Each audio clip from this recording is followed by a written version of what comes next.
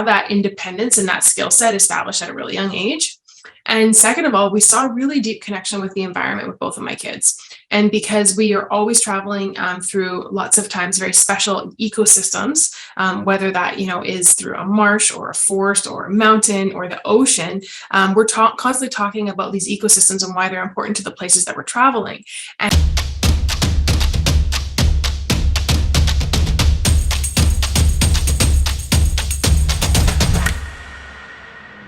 Hi guys, welcome back to another episode of the podcast. Today we have with us Jami Savage, the founder of AdventureAwaits, which is a travel website focusing on family adventure travel and most importantly, transformation travel. And that's what we are here to talk about today. Hi Jami, welcome to the show. Hi, thanks so much for having me. Hey, thanks for taking time out because I know we had a bit of issue arranging the time zone and it's quite late at your area, right? So thanks for popping in at absolutely. I think we're on PM. different sides of the world right now, so it's nice to be able to connect with you. I'm glad we found a time. Yeah, for sure. Let's get started with an introduction of yourself because you seem to be quite involved in the travel space together with your family and kids and everything. So let the audience have an idea of who you are and what you're doing. Yeah, thank you. Thanks for having me on the show. I'm very passionate about travel and started a travel blog called AdventureAwaits 7 years ago.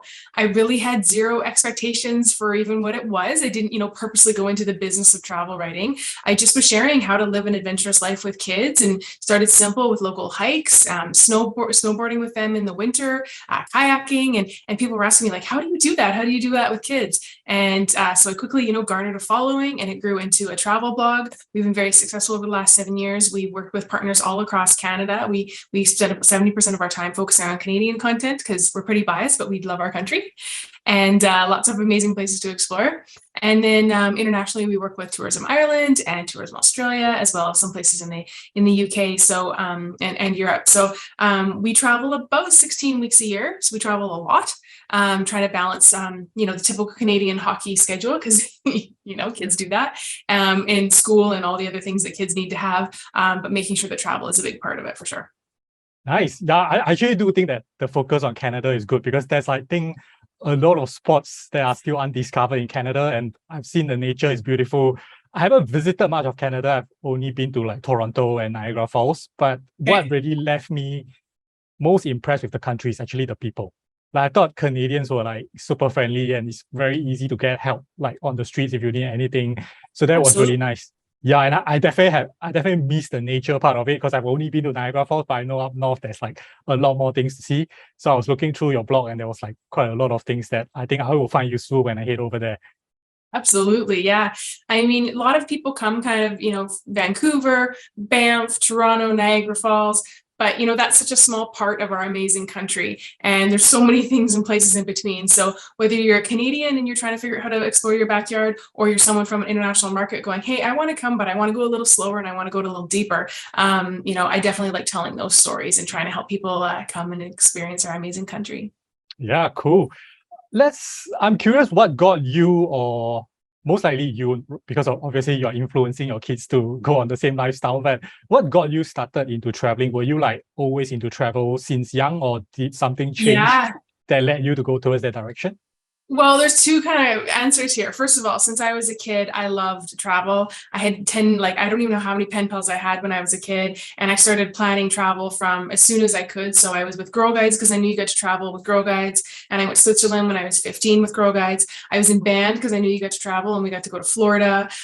So I kept picking, things that allowed me to travel. We got to go to Australia with my basketball team when I was 16. So I definitely pursued travel. And I remember when I was 8 months pregnant, so almost not allowed to fly anymore. I was like, oh my gosh, when I have kids, I'm not going to be able to travel anymore. So I told my husband, I'm like, we're going on a trip. And he's like, okay. And I'm like, no, Tuesday. And it was Sunday. So 2 days later, I had booked flights. So we went backpacking around Europe for 18 days with a huge belly. And I kind of thought, oh, once I'm a parent, I'm not going to travel anymore. And yet, since I've become a parent, I've traveled more than I ever could have dreamed of. So, wow. You brought up a very good point regarding like traveling since young with school activities, basically, right? And I think a lot of the younger listeners can take away from that in the sense that they always wonder if I'm young, how do I, get started traveling? I thought school was a very good way to jump into it because firstly, it's usually kind of safer because you're going with like a group or something and usually you can get subsidies or like financial help with it if you really need it from the school, and there's almost And a also better there's a support lot of system.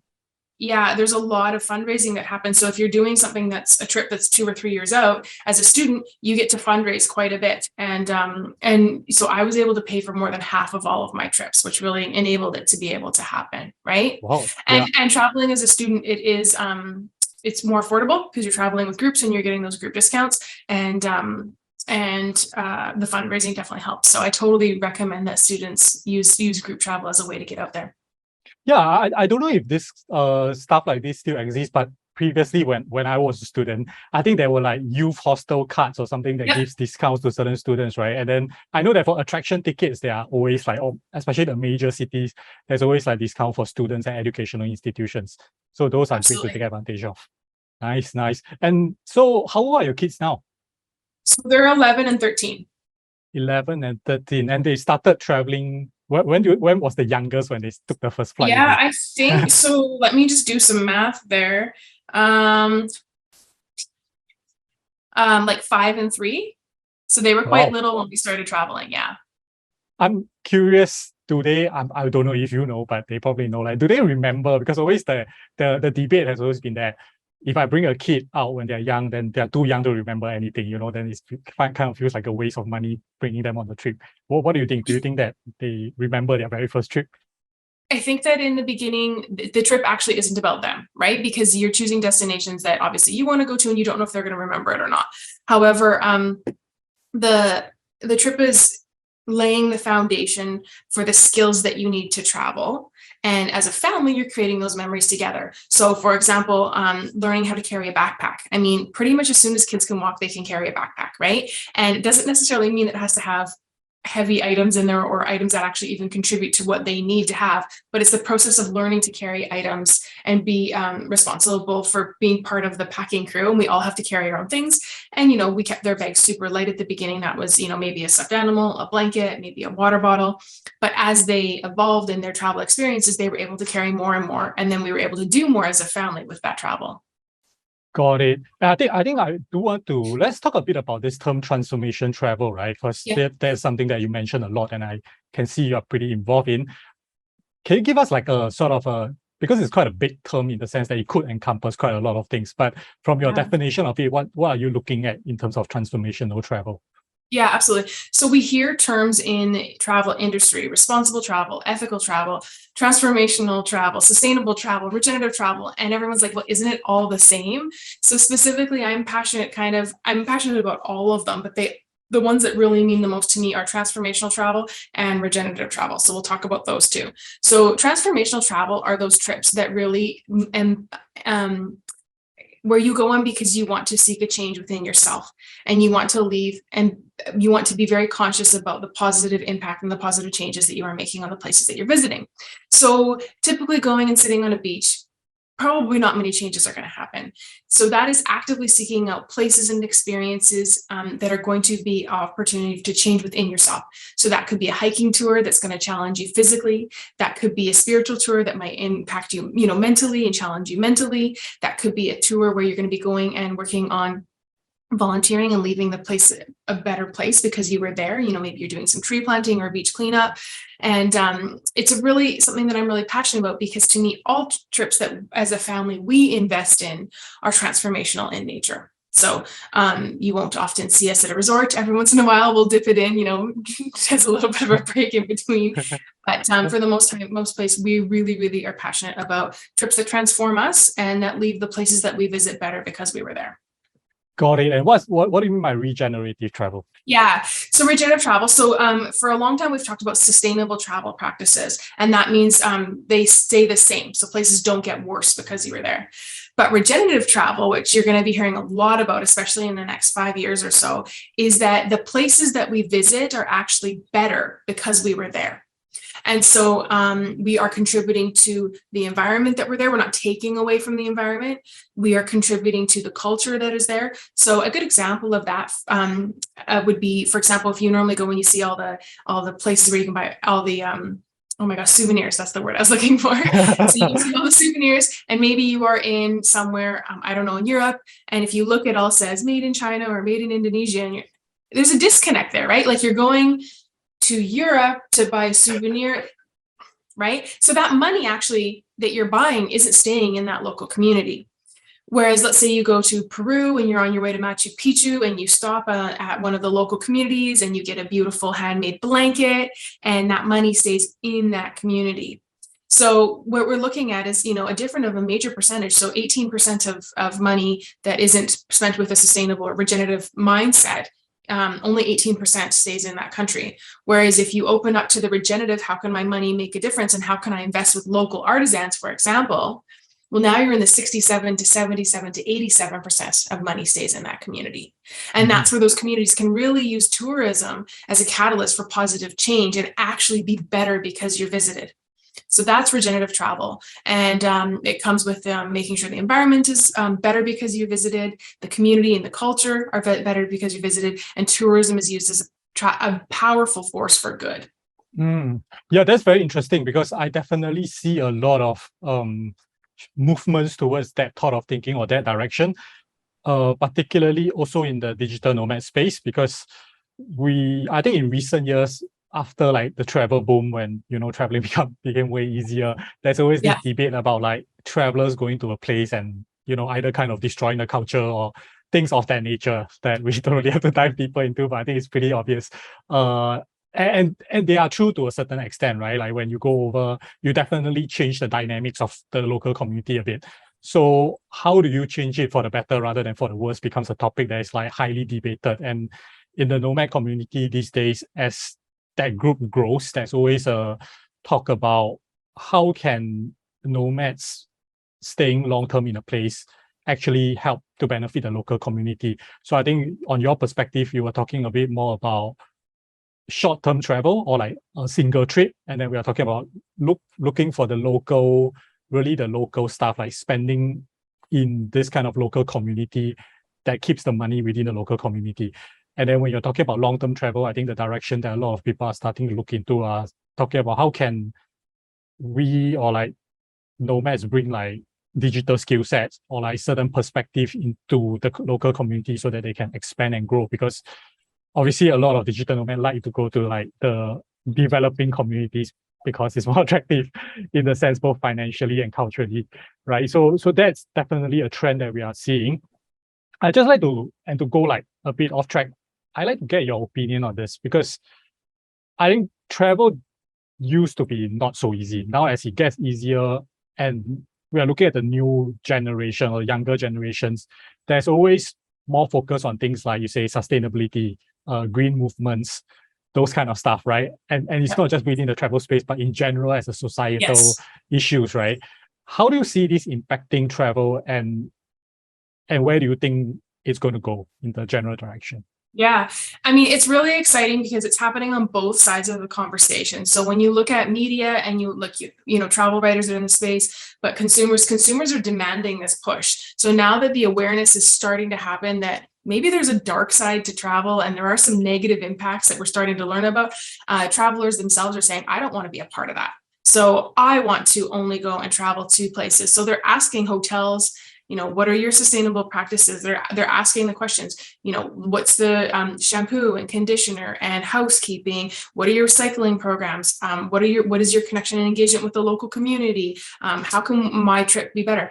On the other side of it, industry members, and that could be destination marketing organizations and tourism boards or hotels, they're going, we need to be ahead of this curve because we need to sustain our own industry, but also because consumers are demanding it. So then destinations are competing is the wrong word, with themselves though, on how can we get greener faster because we need to be sustainable, but then they also want to be leaders. I think Hawaii is one of the industry leaders in it in a lot of ways. They've got their Malma program, and they're basically saying we really want tourists to understand that they have a responsibility when they come here. And let's face it, travel is a privilege. For most of us that are actively traveling, that's a privilege. And with that privilege comes a heavy responsibility. So we need to learn about the places that we're going. And Hawaii's Malma program is a great example because they're creating that education online for people to understand, okay, when you come to Hawaii, how can you be a good guest? And then they partnered with some major partners like hotels. And for example, there's some hotels that they'll give you the third night free if you sign up for one of their programs. So if you sign up to do a tree planting or a beach cleanup, the third night is for free at that hotel. So it's really neat because visitors have asked for it.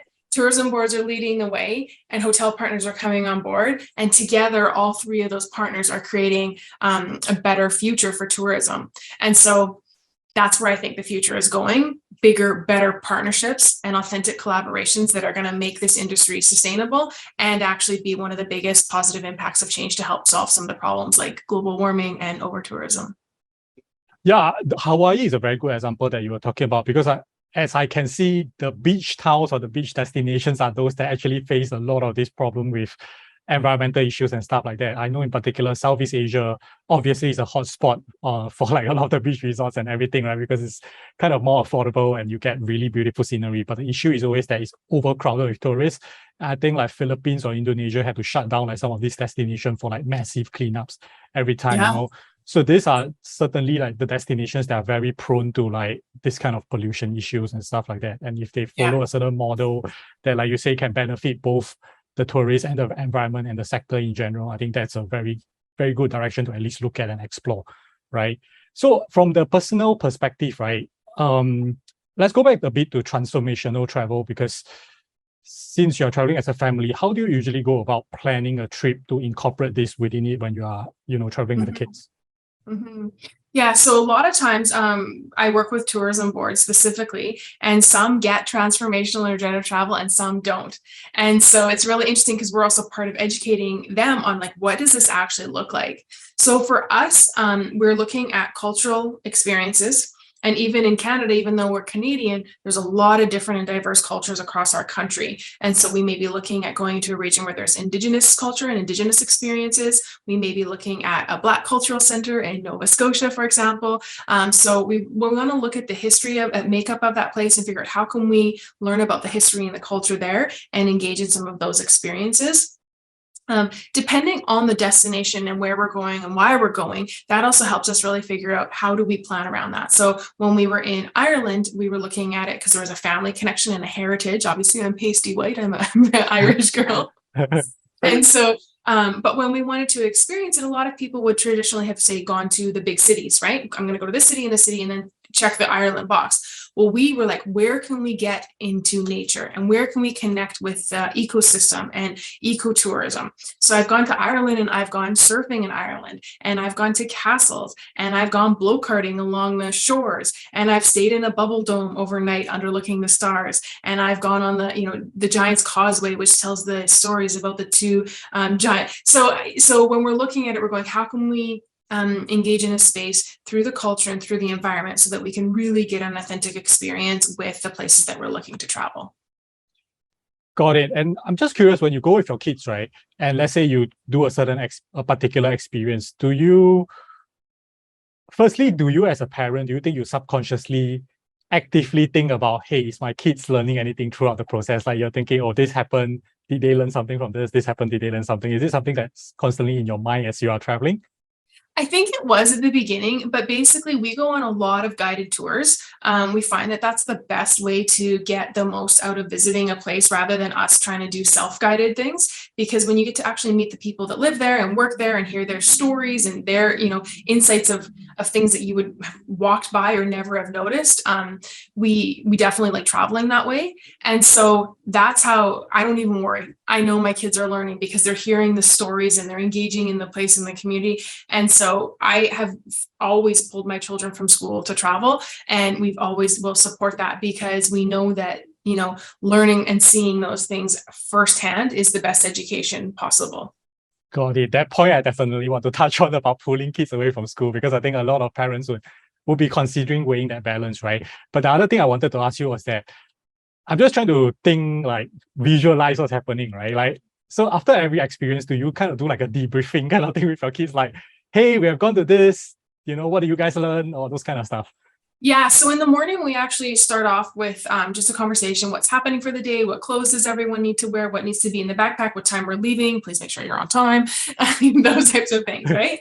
And then when we're going into different experiences, because we do tourism boards, there's days where we get booked for 2 or 3 or 4 different activities, and we may be thinking this, they might be really excited, for example, to go surfing, but they might not be so excited for, say, like a forest bathing experience, right? They might be like, oh, or we have to go to a museum.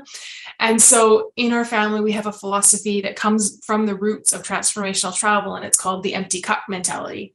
So rather than going to the surfing or the forest bathing with expectations, or even going to a country or a new city with an expectation, we just go with an empty cup. And we fill the empty cup with our own stories and our own experiences. And then at the end of the day, we talk about what was in everyone's cup. And what did you learn today? What did you see? What was your favorite part? What would you have changed? What can you take back and learn from home? So instead of trying to project what I think that they should get out of the experience, or what I think that they should learn, or what I think that they should be expecting, or the photo that we have to get, it's all about going in just with an open heart and open mind, and letting the places and the people that we're traveling teach us the things that we need to along the way. Yeah, that's a very good point, because I think, and I guess when you train the kids from young to do that, that's a very beneficial thing for them, in the sense that I feel like as adults, because we're already influenced by the media and everything, right? So every time we go to a certain place, we kind of subconsciously at least have an expectation, although you consciously try not to do it, but at the back of your mind, because there's like stereotypes and stuff that's already imprinted at the back of it, you kind of try to go in, and then you'll be thinking, you'll be expecting some things like that. And more often than not, it's really, especially the bad things, are definitely out of the expectations, like just because the media tend to like to portray like the negative stuff more. But when you go to a certain place, you start to realize that, hey, that's not as bad as whatever was told to me or where I learned from, So I think for kids to be able to, and I guess this is something from young, right? When the kids learn this kind of mentality, they are able to maintain it throughout their life, versus like, us already having been influenced in another manner. Yeah, and I think too, like, just as as a family, like, you have expectations on your trip. Like, of course you do. When you get to the airport, you're excited, you've got things that you want to see. But almost every single trip we've done, the most memorable moments were nothing that was scheduled. It's, the funny time that the seal actually pooped right in front of my son, and he thought it was the funniest thing because he was young. And I can't tell you how long we laughed about that. So yes, we saw seals and kangaroos and all these other things, but of course, when you're 5, the seal poo is the funny story.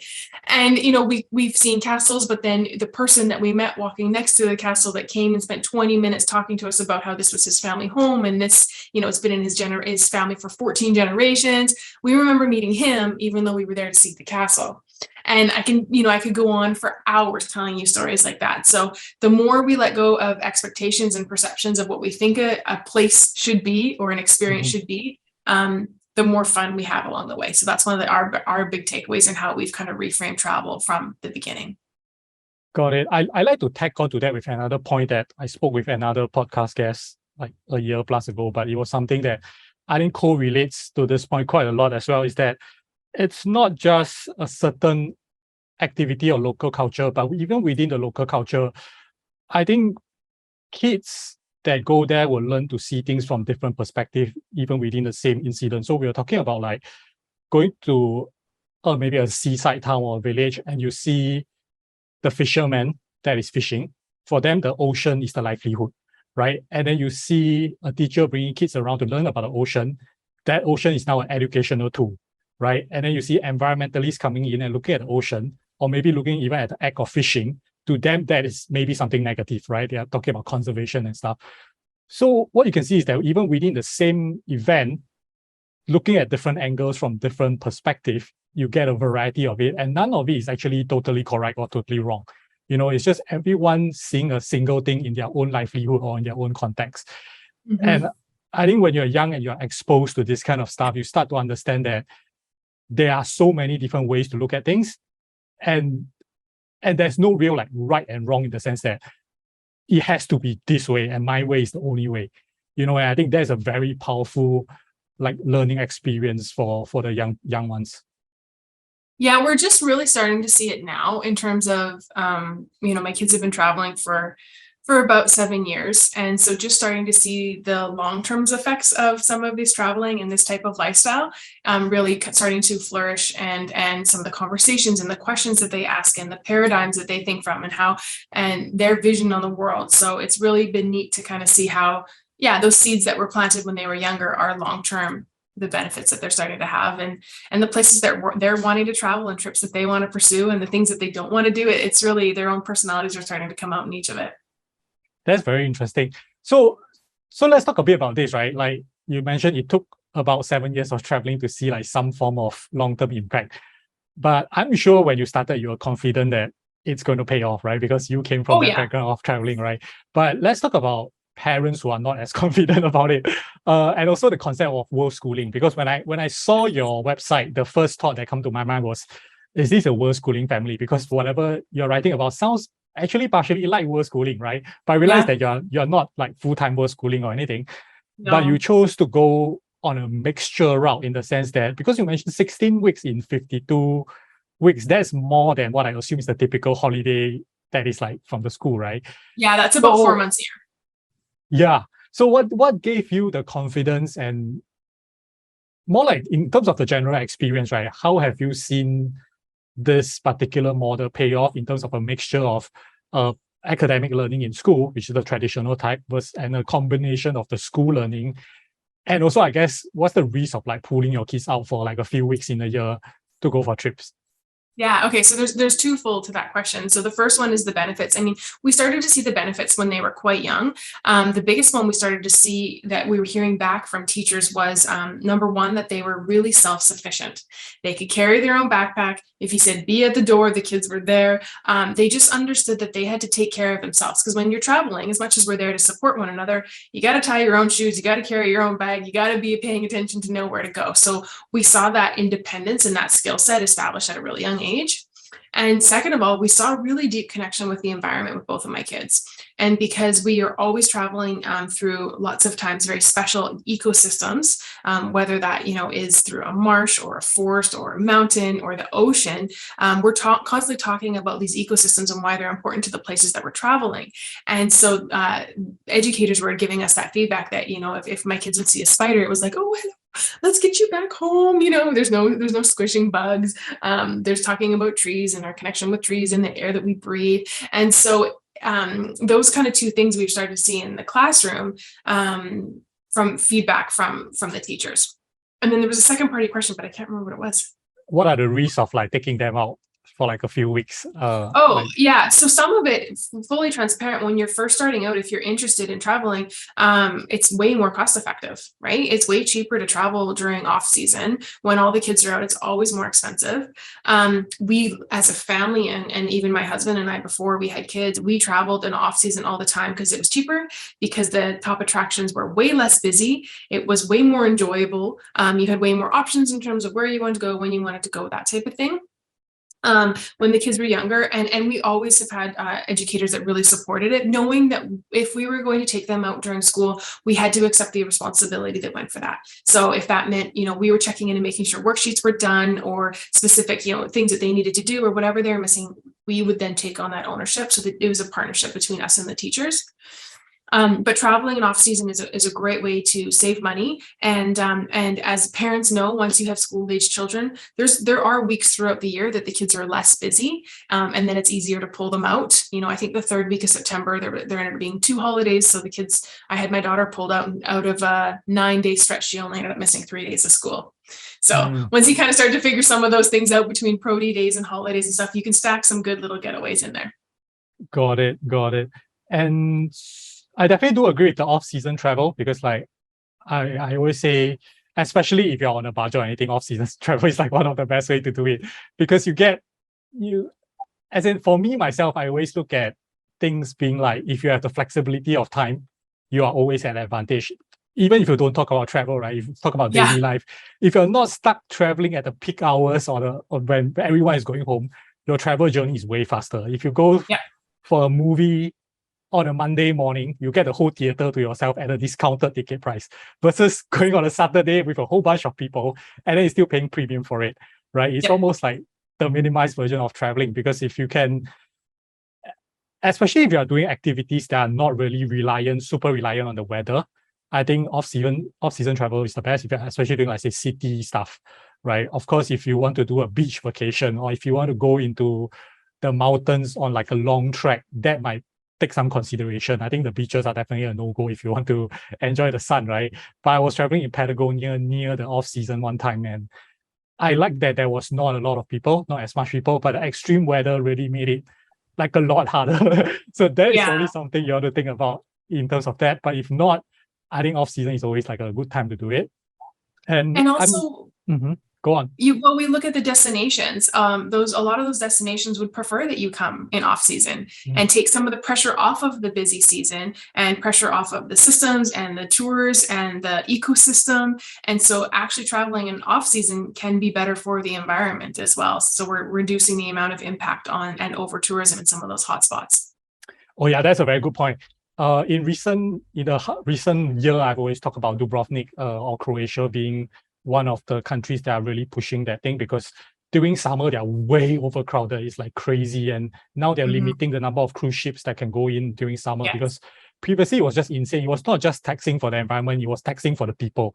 The locals trying to serve the tourism industry were just crazy burnout during the summer season, that they just want to sleep throughout like the off season, because they're so tired from the peak season, right? So that's definitely something to think about. And I think you can, as a traveler or visitor, you enjoy it a lot more.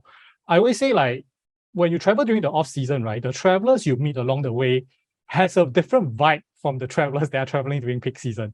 And I really do like that off season vibe, both from the travelers you meet and the locals who are not as burnout. They have more time to talk to you about stuff and share things with you. So I find that like a very big advantage of traveling during off season, apart from just the pricing. Right? Absolutely. It's a whole different experience. And you and I have brainstormed back and forth 5 or 6 ways already that off season is better. So if families can do it, especially when you're looking to buy flights, if you've got 4 or 5, flights that you're having to buy, that's another way that you can save. So off season for the win. For sure. I want to touch back on, there's so many interesting topics that you brought on, to be honest. I want to touch on the interest of subjects for your kids, right? Do you see them particularly skewed towards an interest in, like, maybe history or certain things because of their travels? I don't know if it's because of their travels or just because of who they are, but it is very interesting. So this year I was invited up north to travel to Churchill, Manitoba, which is the polar bear capital of the world. And they invited me to bring one child, and I was like, but I have 2. So what do I do? And my daughter said, Mom, there's no way I would take this away from her brother. She knows that this will mean the world to my son. And it did. He is an outdoor nature lover, animal lover. And it was one of the best trips we've ever had in our lives. It was just incredible. See polar bears, see beluga whales, be connected with a really, Arctic, subarctic ecosystem. It was just incredible. So it was a reflection of who he was, a lot, and like literally the ultimate Canadian trip. So that was him. On the other side, we just actually got back from Nova Scotia, which is on the east coast of Canada. And my daughter and I did a road trip all around Halifax, Nova Scotia. And we actually discovered that that's where my grandfather first immigrated into Canada. And we found the exact door that he first walked through almost 100 years ago. Yeah. And so she is a history buff. She loves the Titanic. She loves watching historical documentaries. She loves, learning about it in school. And Nova Scotia is a hub of Canadian history and is just rich with stories. So she was in heaven learning all about these things and going to the spots and the Citadel and seeing that, the Parks Canada crew all dressed up. It was just incredible.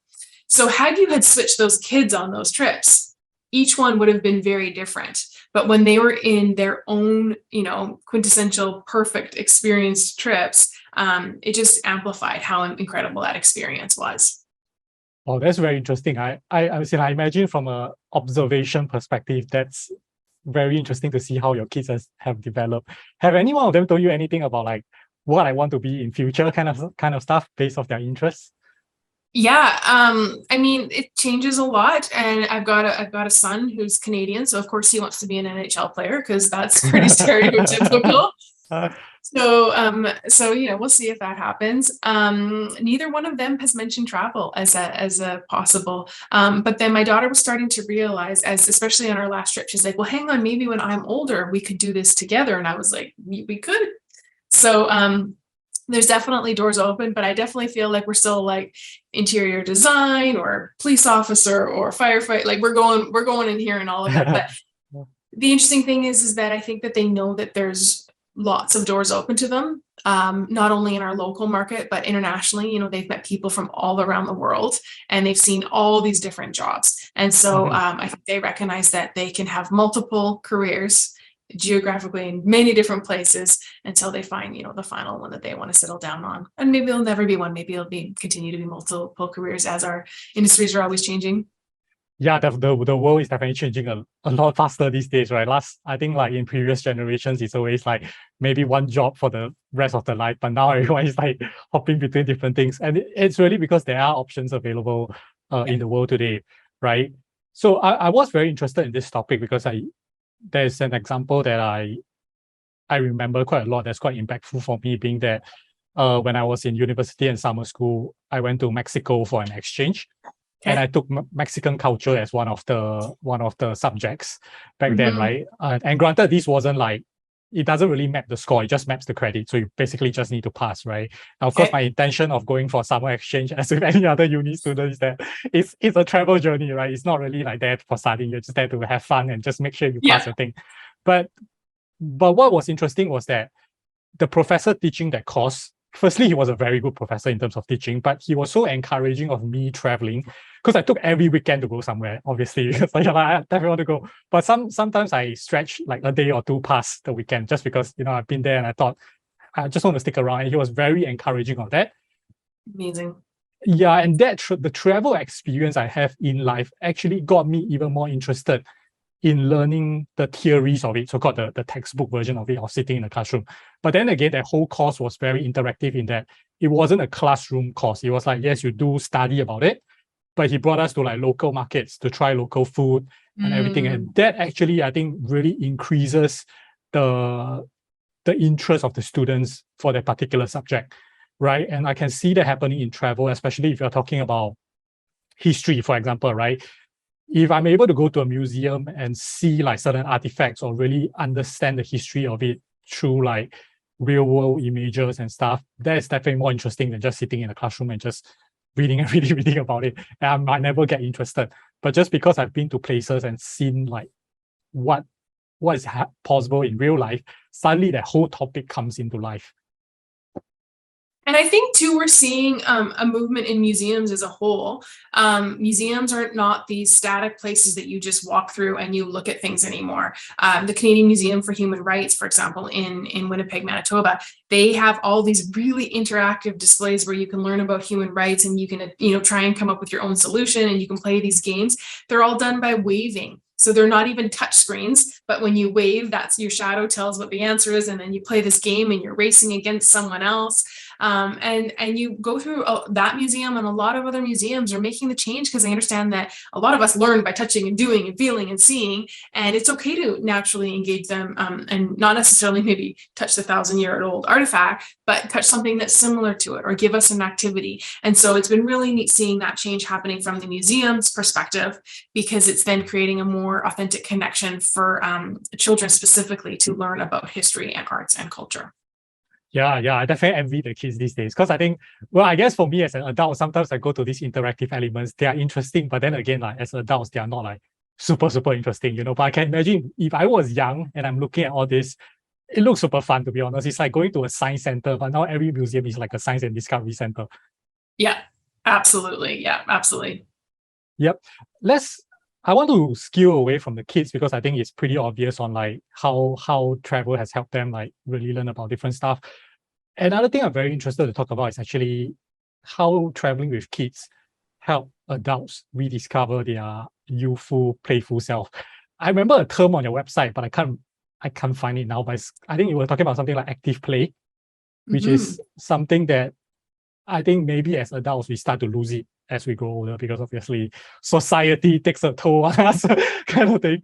But I think traveling with kids and seeing them being interested And if you see them have fun, you kind of are more engaged in it as well, rather than saying that, yeah, I'm just here by myself. I'll just, do the regular stuff. And also you were talking about like filling the cups and each one of you sharing what your cup is now filled with at the end of the journey, right? Are there instances whereby the kids share something that was not in your cup and you actually felt very enlightened about it? Like, hey, I didn't think that you could think of it this way or see from this perspective. All the time. And I think that's what makes it, addictive, is that you go and you have these experiences. And, as a family who travels for a living almost, we see a lot of things and we do a lot of tours, and you kind of think, okay, well, we've done this before. And yet every time something magical comes out of it and something happens. And so sometimes that can really just be, all of a sudden we're all laying in bed and we're just laughing and we're sharing our stories of the day. Those moments don't often happen at home because there's responsibilities and dishes and clothing and things, and gotta get ready for lunches and work the next day, and the lawn needs to get mowed. Like, we all know we could go on forever. But when you remove yourself from that every day and you put yourself, whether you're sleeping in a tent in nature or you're renting an RV or you're even at your hotel, as a family unit, you circle back together and you get to have some of those really intimate experiences, which often for us is surrounded by laughter. And so, sharing those stories from the day, or the funny thing that happened, or the funny thing that you saw that happened, and what we learned. And so those are the really sacred, special moments that my husband and I hold on to dearly, because we know that our kids, are eventually, unfortunately, going to grow up and they won't be here anymore. And so, in each day, in each month, in each year, it's also special. And so that's also talking about why, why invest the time and the energy and the work and structure our life like this. And, because the time is so precious, and we're so fortunate to have the privilege of being able to travel with them, and being able to enjoy every day. We're healthy, we're strong, we have the ability to travel. So why not live it up? I'm looking at a picture, and you can't see it because it's right behind my screen. But we were in Quebec, and we were visiting all the different eco tours. And my husband, the picture that I'm looking at right now, my husband is laying flat out on a tube with his arms up, and my little son is on his back flying with his arms out. And that's what it's about. We're here to have fun and live an adventure-filled life, and we're not going to sit on the sidelines and be like, you guys go tubing. I'm going to be like, give me my tube. I'm going to race you guys down the hill. Who's the first one across ziplining? Let's go paddleboarding. Let's go canoeing across, in Banff or Lake Louise. Let's go into an ice castle and let's slide down it. And I think that, kids are getting older, but they're helping us stay younger, because it's reconnecting us with our inner child, and just having fun as a family together. And those are memories that we will forever cherish. Yeah, like the photo you just described, like those scenes don't last forever, in the sense that when they grow up, they're never going to do that on your husband, right? So and just now you're talking about when your daughter was saying, Mom, maybe we can do this together in future. I was like, you must have felt really happy about it, because not many kids want to travel with their parents today, for sure. So you must be like, oh, maybe we can actually do this together in future. Absolutely. Yeah, absolutely. And so I took pictures with both my kids, both in Churchill, Manitoba, and on our trip back to Nova Scotia, and I'm giving them a piggyback. Well, they're my height now. They weigh over 100 pounds. They're heavy. It is hard to give these children a piggyback, but I'm like, one more time, one more picture, just in case it happens to be the last time. I want to make sure I've got those pictures. So, it'll change, and it won't be the same, and they won't forever be little, but I will definitely have known that we lived every single day to the fullest, and every trip to the fullest, and had fun along the way. And that's really what it's about for us. And just as a comparison, because you used to travel by yourself, and I imagine with your husband as well, without the kids, and versus now that you travel as a family, what do you think is the biggest difference? And what do you miss about solo travel, if any? I never actually traveled solo. So I did kind of the group trips, and then it was my husband and I, and then it was as a family. So being full disclosure, traveling as a family is more work. I have to be more organized. I need to know what's happening. I need to make sure all four of us have all the equipment and the gear and the shoes and the layers and the medications and whatever else is needed. Need to make sure you're able to find restaurants that can accommodate what everybody wants, or am I cooking dinner? So it is more work. Is it worth it? 150%. Couldn't be happier. Wouldn't change it for the world, but it definitely is more work. I have the opportunity every once in a while to travel alone and do more solo travel now. Since having a family, if I'm working with a specific destination or something like that, I will travel. I just got back 2 nights ago from a trip. And those trips, I feel spoiled as a mom because I just have to worry about me. I get the whole bed to myself. People take me out for dinner. So those are kind of fun.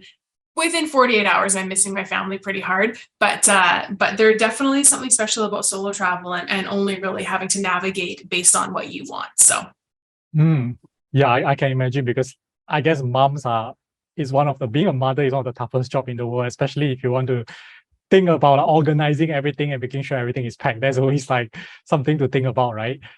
And let's see. Yeah. So I want to talk a bit about the travel industry in general as well, because you seem to be involved in a lot of councils, and you also work with like tourism boards, especially you were in the Travel Media Association of Canada during the pandemic, right? So that's something I was elected to the board in June of 2020. And man, oh man, did I pick a difficult 2 years to be on the board of a travel industry. Wow. I feel like I put in 10 years worth of work in 2 years. And that's why I chose not to rerun. I was like, I actually need to take a break because trying to run a travel industry. Yeah, it was crazy. But similar to everything else, we pivoted. The Travel Media Association of Canada is a very special group of people, and I really do call them my TMAC family. And so we all came together and we're like, what can we do? So we did a virtual conference, which was really neat. That was something that as a not-for-profit, we had never tackled before. And Canada is a really big country. Geographically, we are spread across 5 different time zones. It's really hard to get people together, but through the pandemic, we were able to have a virtual conference, which was really cool. And we did a lot of professional development. And it was really neat because this June, we actually all got back together, at 200 and something of us in Yarmouth, Nova Scotia. And the hugs and the embraces and the excitement and everyone to be back together is a celebration of what we had survived. And then also just a lot of work happening in terms of what the future of the post-pandemic travel industry was going to look like. Right. And what do you think? So because you also just stepped down in this year, I think a few months ago, right? Yeah. What do you think because there's always this debate among not really debate, but there's a nice discussion among travelers in general about how the state of travel is going to be in the future, because we see rising prices, obviously, partly because of international events like oil prices and stuff like that. But I think part of, even now, if you travel, you still feel I don't know if you can still call it after effects, because obviously the freaking pandemic is still around.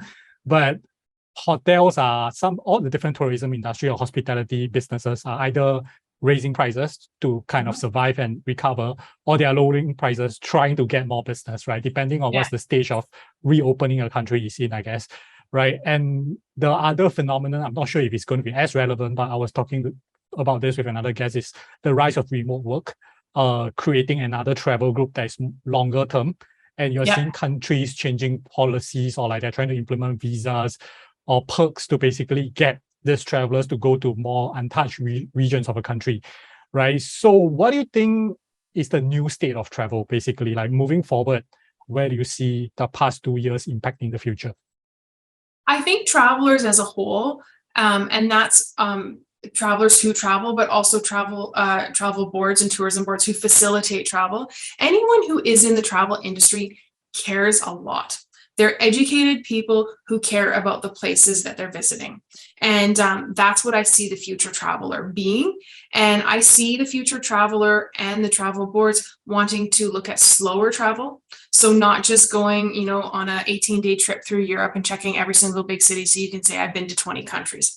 My math could be a bit off, but you understand the point. It's about slowing down and not just being a tourist to check a box, but to really be a traveler and to immerse yourself in the places that you're visiting and to take time away from the main strip with all the souvenir store, but go into the back markets and pick out fresh fruits to take home for your afternoon snack and get away from the chain restaurant and go to the local Italian store or restaurant owned by the mom and pop shop and you know, meet them and see them and talk to them. And so I think we're going to see a lot of more slower travel. The digital nomad opportunities, you know, those are definitely something that we're going to see more.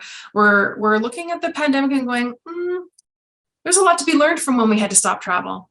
The dolphins returned, right, to some of the canals in Italy, and the sea turtles started to, you know, come back in places where they hadn't been in years. And maybe those places that needed a break from tourism, maybe they need to continue to have a break from tourism. So I think the leaders are going to step in and help facilitate some of that. And I think travelers are going to, for the most part, want to be a part of that positive change, which is really exciting. So now we just need to get everyone working together and get the resources together to help educate both sides of it, and to continue to look at ways to use tourism as a force for positive change. That's very interesting, because I think speaking to you or listening to your observation, it kind of connects the dots on the government, basically all the stakeholders, right? Like the traveler that wants to experience more or wants to experience the place deeper and now have the power to do it because of remote work or being able to work anywhere. So now they have the option to do it. And then you are seeing like basically the general cluster of younger generation being more interested in this kind of events about like cultural sustainability and stuff. And of course, you have countries who always rather have travelers that come in and really understand the country than to just come for a vacation, right? So it seems like there's a connect to all the different points, right? And when you work with tourism boards, what would you say is the key priority at the moment? Because the way I look at it, they have a lot to think about, right? Because they're just recovering from this, and there's so many things to talk about, like be it the practical aspect of how do we get more money coming into the industry, how do we help businesses here survive, and then of course still wanting to pursue like the idea of more deeper or more engaging tourism industry. Working with them, what do you think is the highest priority on their list at the moment? I don't think there is the highest priority. I think there's definitely, you know, ethical travel is right up there in terms of the top of the list. But I think each destination is keenly aware of what their community needs and how they can serve it best. So for some places, specifically looking at someone like Destination Canada, there's some hotspots that are over tourism. As media, we're not allowed to talk about them. We're not allowed to talk about them, write articles about them, put photos about them. We don't want to encourage any more people to go to those hotspots because they can't afford the over tourism. But as a whole, I think that each destination knows what works for their communities, and then they're looking to pursue what those markets are. So that may be, you know, families for some specific destination. That may be outdoor travel, hiking, ecotourism. That may be LGBTQ, you know, for other communities that are really looking to say, hey, we are open and welcome and safe. We want you to come. And so I think that depending on the destination, they kind of really set forth their own priorities. But with an industry as a whole, I'm seeing a lot more of a consciousness around ethical travel, regenerative travel, and slower travel, mixed with locally sourced foods. You know, eats and sweets are really looking at, you know, making sure those are coming from the locally harvested food, and indigenous experiences across the board are also some kind of key elements that we're seeing that everyone's kind of talking about and pushing in their own markets. Got it. Yeah, this is a very interesting space for me, in the sense that I never used to see it from the organizational perspective. As a traveler, my goal is just to travel and figure out what I want to do, right?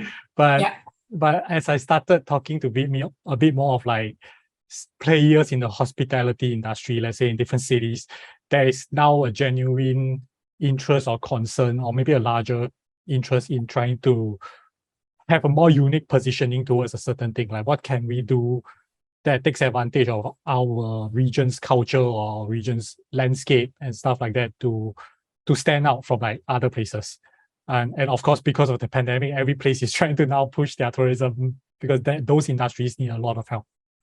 Well, and I think, you know, Tofino, BC, on Canada's west coast, for those aren't familiar with it, they are, you know, surf capital of Canada, I think. And they, like, I don't know if they have an actual title. That's why I say I think, but everyone goes there for surfing because it's amazing. Just a stunning ecosystem, beaches that go on for miles. Everyone loves Tofino. But what they did is they had a really quiet off season. So they invented storm watching season. And now people go to Tofino to sit in their hotel rooms and watch the storms roll in. And it's Oh a shit, whole okay. season. Yep. Google storm watching in Tofino. You will see some of the craziest pictures of these huge waves rolling in. And there's actually a hotel, Black Rock Hotel. They actually built the whole hotel around this, I don't know what the word is, this gully essentially that comes in off the ocean. And when the storms come in, the water comes in, it splashes up all the way into the hotel. It's the coolest thing ever. And so I think that, looking at what Tofino did with their off season, creating a whole new tourism season for guests, we're seeing that happen in other communities as well, where they're going, hang on here, we shouldn't just be a single season. And so Whistler's another great one. 20 years ago, everyone went to Whistler for snow and that was it. And then now everyone goes for snow and summer. Well, and then everyone goes for snow and summer and off, April and May, because there's biking season and then there's cornucopia and, so now it's a, year-round destination, which is great. And so that's another trend that we're definitely seeing continue to evolve is the whole off-season thing. And as we opened up our whole conversation with, off-season is a great time to travel, right? So just because you don't think that a destination necessarily has the things that you were looking to go see based on some pictures that you saw, definitely worth checking them out, because I bet you during your off season, there may be some hidden gems that you weren't aware of that are definitely worth checking out. That's a really good example. I've not heard about that, but that's, I think, one of the biggest takeaway that I see from this example is that sometimes the tourism boards or the local community can think of ways to basically position or structure a unique thing in the off season, because generally you think that storms are bad, right? Like, who wants to go to a place that is like freaking storming, right? But now that it's structured in this way, in this perspective, or in this, and here's, I guess, where marketing also plays a role, right? Now this becomes something interesting. And I imagine it is, because like photographers may want to capture scenes like these dramatic landscapes and stuff like that. So it will attract a specific group of people. So that's actually very interesting, because I think a lot of one trend I've been seeing for off-season travel is always selling based off price, because obviously that's the easiest way to sell the destination. You'll be like, hey, it's not as crowded, we have discounts and everything, so it's a price thing, right? But now looking at it, this seems to be an even better direction to go towards, basically thinking of certain things to build around. And I think it's also not, it doesn't also have to be one thing that lasts throughout the season. It could also be looking at specific festivals or things like that that only happen during the off season. That is obviously another way to do it that is maybe less easier, in the sense that you don't have to have an event that goes throughout like 3 months of it, but specific time frames, and that just fills up the gaps. I think that's a very interesting way to look at it. Yeah, and you talk about it from a marketing standpoint. Long Beach Lodge, they're in Tofino as well. They're a place that I love to go no matter what the season is. But they give every single guest, as soon as you walk in the door, there's big raincoats waiting there for you. So they're saying, you don't have to stay in your hotel room. Get on out with your raincoats. And I think theirs are green, and then the hotel down the way, theirs are yellow. And obviously for the gram, people are out there watching storms in their raincoats, and the marketing happens for itself because people are authentically engaging with it. But there's a hood and there's a label, and it's just creating an awareness that, hey, you can still come here and have an amazing time. It's not what you pictured, but it's even better. Yeah, wow.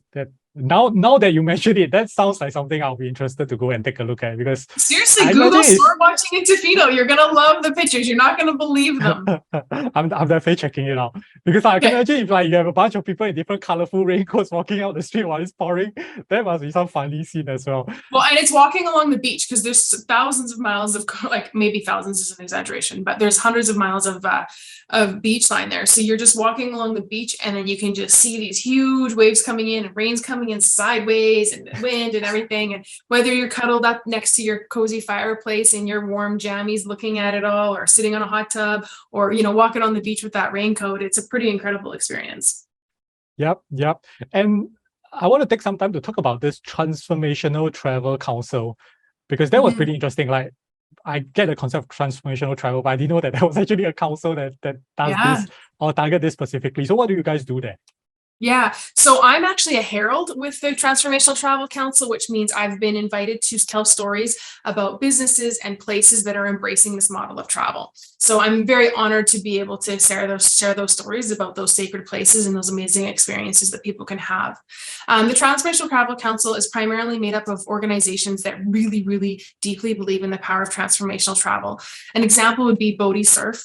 They are located in Costa Rica, and they just get it. The owner, his name is Travis. And for example, before guests even touch down, they've already used their trip as a power for good. Because when you register for one of his surf and yoga camps in Costa Rica, he is carbon offsetting your flight to get there. Okay, so he understands that. Before you even arrive, he said, please bring a water bottle. We're not going to be offering you any plastic water bottles here. They're not welcome on our resort. And then you arrive and he is going to share with you stories about Mother Ocean, and you're going to be staying in eco-friendly cabins. You're going to be eating local food that is cooked by a local staff members, and you're going to be creating a really immersive experience on the beach in Costa Rica, learning how to surf and do yoga for a week. And he's just one of, I don't even know how many members the Transformational Travel Council has, but the goal is to create a place where people who are looking for these types of in-depth, personally, as well as with the community experiences can go to find people that have been certified in transformational travel. So I'm actually certified in this, and the businesses that are highlighted are accredited businesses that are really passionate about that. So Travis, for example, his company is a certified B Corp company. And so they have gone through the rigorous level of earning that accreditation. And so those are the types of companies that are leading the way for a better future. And so if you have anyone who is looking to learn more about it, the Transformational Travel Council has a whole list of all the different places that are people that are members and the places that you can go to learn more about that. Well, yeah, that's very interesting. And so do you also help like tourism boards as your own business? Do you also help tourism boards or companies that look to kind of try to pivot and adjust towards this direction? Yeah, just starting to get into that a little bit more, because we're starting to see that some are doing it really, really well. And some are like, I want to go here, but I don't know where to start. So I get to come in and work with them going, okay, where can we find these stories? What can we do to connect with you? What are the gaps that are missing? And help kind of fill that and help kind of bridge that network for them. And then help create itineraries and features and things like that for people to go to follow, to do those types of experiences in their communities. I think that's very interesting because, well, my brother runs a travel agency as well in Singapore, and I definitely see the younger agencies, at least. I'm not sure about the older ones that runs group tours, but at least the younger teams are definitely starting to look towards this direction of how can we bring about. It's the idea of, I was just discussing with him the other day over lunch, and he was always talking about we need to shift the concept of like tours being like just shifting people from destination or attraction to attraction to something more about storytelling, or at least that is the aspect he's way more passionate about. He's always talking about coming to a tour is not just being led from one place to another, but it's really the whole people and understanding the story of like every location, as well as maybe within the tour group, like anyone who is there, right? So it's more of like a connective, interactive experience versus a transport service, if you can put it that way, right? So I mean, look at like the changes that are happening in the cruise industry, right? People used to just want to go on a cruise. They didn't care how many thousands of people were around them. But now small ship cruising is really coming in, and people wanting smaller trips and smaller cruises, less people, less impact, smaller, more intimate experience, right? And so I think that kind of ties in exactly with what you were saying. Like the tourism agents are being tasked with finding these more intimate experiences. So it's exciting to see, because there is an awareness about the negative impacts of over tourism, for sure.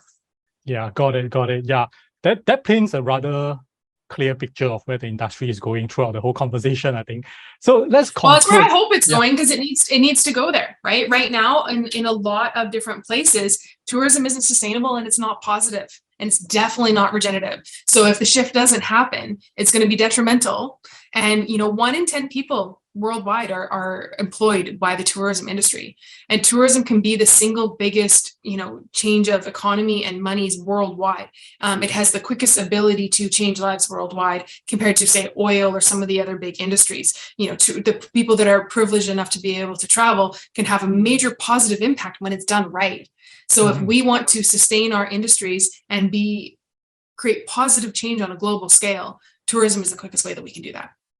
Yeah, that's a very good reminder, I think, for everyone to kind of think about in terms of whether you are a tourism company, a company in the tourism sector, or if you're a traveler, what can you do to, create a more positive change through your travels or your services versus like the negative impact that kind of generally just happens when you're traveling. There's definitely a baseline negativity in it in the sense of like environmental factors and stuff. But what can you do in excess of that to really offset it and maybe even create a more positive change, right?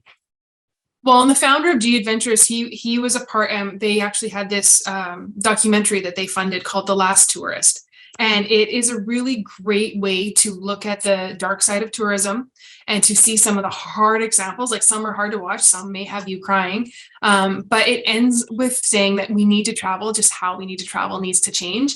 And there's 21 different ways and things that you can do instantly before you plan your next trip to show how you can be part of that positive change. I talked about a couple of them, your water bottle, choosing to volunteer at ethical volunteer source places.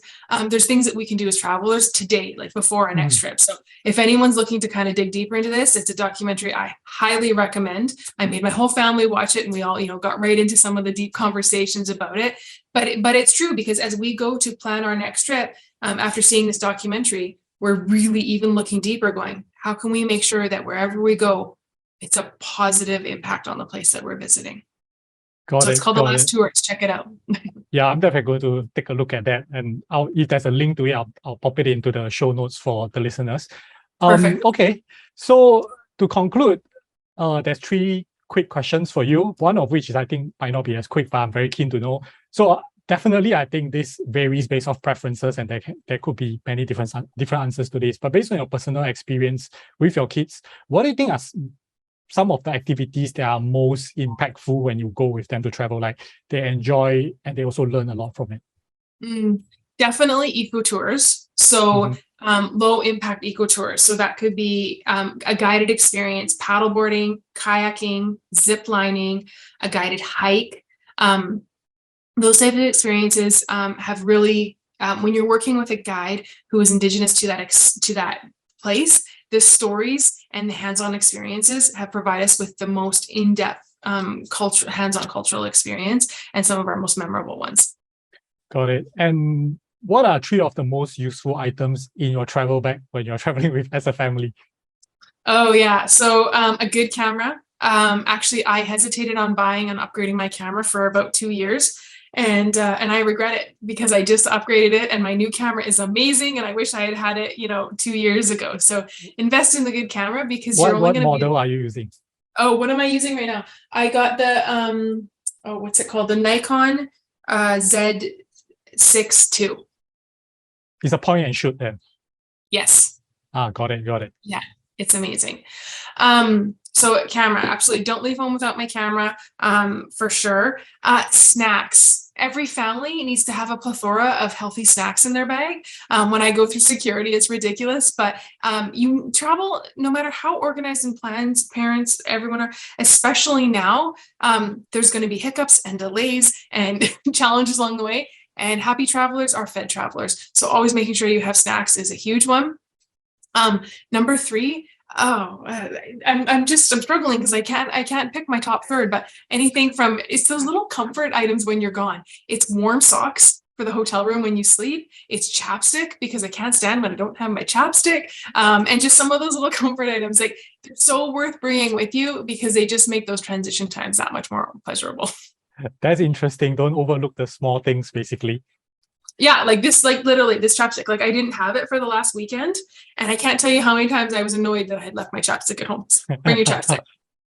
Okay. And we didn't get to talk much about this, but I think this is probably an important topic, but I'll get you to summarize it. What's the top tip that you have when traveling with kids? Because like you say that sometimes, especially when they're younger, they might be throwing tantrums, or like you say, they might go into an experience that they probably are not very excited about, but how do you get them to be open-minded about it? And or any other tips about traveling with kids? Yeah, so I'll address those separately. So Tantrums happen. We all have tantrums when we're traveling. I know that I've been super frustrated at the hour-long lineup in security, or when there's no food to eat or whatever. Traveling is naturally a stressful time for every member of the family. So just remember that, and just go in on trying to set yourself up to succeed. So if that means that you need to invest in staying at the hotel airport the night before you travel so that it's an easier transition for everybody on an early morning, or you need to be there early so that you have more time, or that you get through the gate and then you have fun, you find a playground, you make up your own games, you run around, you play. Like, make sure that actually getting to the destination isn't forgotten and that your family enjoys all of that. So go shopping, have fun, splurge. Don't just sit around on your devices and use them as a distraction. Actually play as much as you can the whole way to your destination, and that'll make the experience better for everyone, stopping the tantrums for each member of your family along the way. And then what was the other one example that you had given me? Basically traveling with kids in general. Yeah, do it. They're only little once. And so in our family, we believe in investing in experiences over material items. So you're not going to see Apple Watches in my house, or technology, or elaborate clothing. Most of the clothing that I wear is either thrifted or hand-me-down. We don't spend money on, we don't really drive nice cars. We drive the ones that are most make sense for our family. But those experiences, and 7 years in, looking back, like you can see I've got pictures all over the place from all of our travels. Those pictures are worth $1 million to me, each one of them. So I would say, if you're thinking about getting into travel, start local. You don't have to go on some big elaborate trip. It can be really local destinations where you kind of start to figure it out. Start with a day trip, build out to a weekend, then maybe you're going for a 3-day weekend, and maybe you're doing a week. But if you even think it's something you might be interested in, definitely try it out. And I can assure you, for the most part, you won't have any regrets. This is actually a very interesting point to conclude on, because I think this was the other point I really get from speaking to you, or your vibes, is that you have always seen travel as more of a investment, if we can put it that way. Like, it's something that, hey, I'm willing to spend a bit more on this to get the natural experience to it. And I think I particularly got something from it, because I think from the start, well, because I'm more of a solo traveler, and I started off backpacking, right? So the idea of like budget travel and saving on cost has always been like ingrained in me, even though I can obviously afford to spend more these days on my travel. But at the back of my mind has always been that budget traveler mindset that, hey, let's try and save on this, or save on this, or save on that. And I got to say that, well, I do encourage, like, cutting down your travel costs and everything, and try to save wherever you can. But there has been instances that I regret not spending, or like you say, pay a bit more for the extra comfort. So because ultimately the trip is about the experience. Like, that is the end goal that you want to get from it, right? It's not to go and torture yourself outside and stuff like that, right? So that was a very good point. And I think there's a couple ways to just to add to your point. So we are always on a budget. And so what we do is we look at how we can maximize it to create a really nice balanced trip. So for example, we did one where I was talking about staying at that hotel where the storm actually waved in. That's an expensive luxury hotel. It's gorgeous. It's amazing. But we had actually been camping for the whole week prior to. So we had paid $47 a night, to stay in our tent and be camping, and, showers and everything in the woods. But then we ended our last 2 nights in a fancy hotel, right? Because we couldn't afford all 7 days in the hotel. We just couldn't afford it. But we could do 5 days in the woods and 2 days in the hotel. So budget is definitely always on our mind, but we will look at the trip. And if there was Australia, for example, we wanted to go to Australia for a month, and that was a very special trip. So we spent 4 years saving air miles and saving money and planning out and strategizing, okay, how are we going to do this? I ended up winning through TMAC. I ended up winning my flights, which was phenomenal. But as a family, we did things like every month, because we knew we were going, every month I would book and pay for a hotel room that we needed, or a campsite that we needed. And when you do that for 2 years in a row, you're used to putting away $150 or $200 per hotel room. But by the time you get there, now all of your hotels have been paid for. And then, we normally use our air miles for our flights, or that we had won them. So it made a trip about being there for a month. It made it a 4-year plan, and we just got really creative with budgets. So yeah, I don't think I'm a no budget person. I'm very much, well, you're definitely on a budget, but it's just trying to balance some things. And one more thing that we do is we don't eat out a lot when we travel. We have a lot of allergies in our house, which is one of the reasons, but I would way rather invest in an eco tour and spend the money for the day on an eco tour and then have a super simple camping dinner rather than miss out on the eco tour and have a fancy meal. If traveling with kids, they don't value that fancy meal. That doesn't mean much to them. Whereas the eco experience is often one that will stick with them long after the meal is gone.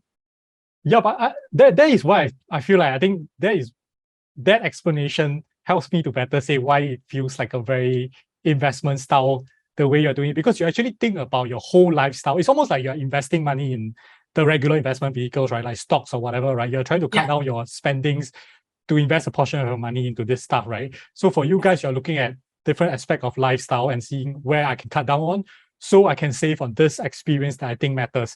Whereas I think my approach has always been less organized in the sense that I'm just going there and whatever I can save, I just like try and cut, which might not be such a good idea in the sense it's good to sometimes have a priority on knowing what's worth that spending or worth that investment. So you cut down on other parts and then actually invest in that particular activity that actually creates a memorable experience. Yeah, so that's actually a very organized approach compared to like me just banging around and just trying to save money everywhere.